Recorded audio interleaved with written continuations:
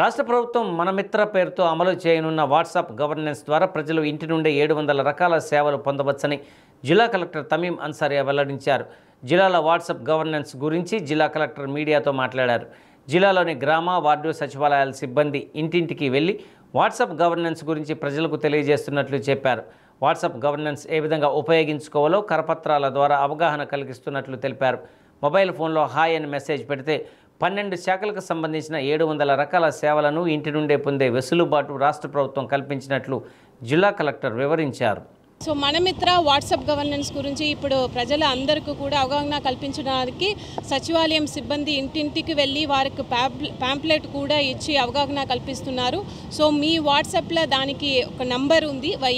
ఆ నంబర్కు మీరు హాయ్ అని మెసేజ్ పెడితే 12 డిపార్ట్మెంట్స్ ఇప్పుడు ఉన్నాయి. దాంట్లో దాదాపు 700 సర్వీసెస్ మీరు హాయ్ అని మెసేజ్ కొడితే మీకు కావాల్సిన సర్వీసెస్ని కూడా దాంట్లో లిస్ట్ అవుట్ వస్తుంది. దాన్ని మీరు సెలెక్ట్ చేసుకోవచ్చు. మీరు ఇంటి నుంచే మీ వాట్సాప్ ద్వారానే ప్రభుత్వ సర్వీసెస్ని మీరు వాడుకోవచ్చు.